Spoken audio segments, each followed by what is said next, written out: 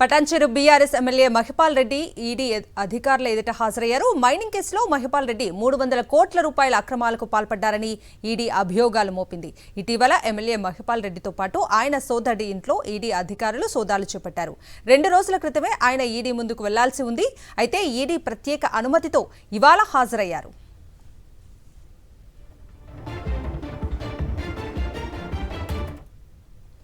Mining తవ్వకాల్లో ప్రభుత్వానికి tax చెల్లించకుండా ఎగ్గొట్టారని ఆరోపణలు ఉన్నాయి.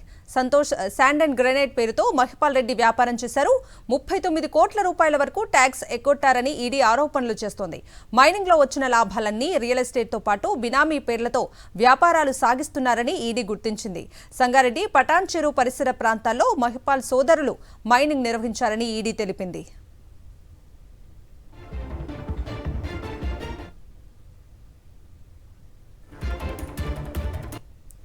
ఇక ఇదే అంశానికి సంబంధించి పూర్తి అప్డేట్స్ అందించడానికి మా ప్రతినిధి సాయి లైవ్ లో జాయిన్ అవుతున్నారు. సాయి,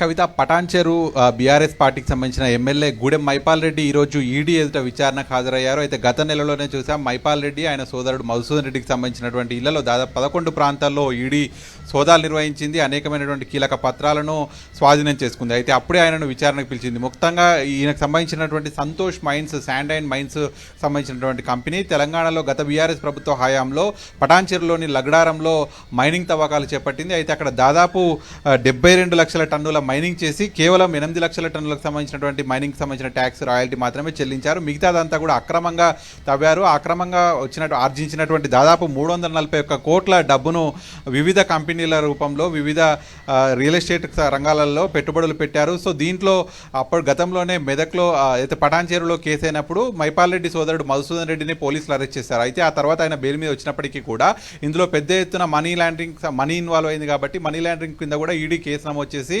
సోదాలు నిర్వహించింది. సో దీనికి సంబంధించి విచారణ కోసం మహిపాల్ రెడ్డిని ఈరోజు విచారణకు పిలిచారు. సో ఈరోజు ఆయన విచారణకు హాజరయ్యాడు. మరి దాదాపు 2 గంటల పాటు ఆయన విచారణ ఎదుర్కొన్నారు. మరి మళ్ళీ విచారణకు పిలుస్తారా, అసలు ఈ కేసులో ఏం జరగనుంది, ఈడీ ఏ విధంగా ముందుకు వెళ్తుంది అనేది కూడా చూడాల్సి ఉంది. Okay Sai, thank you for the updates.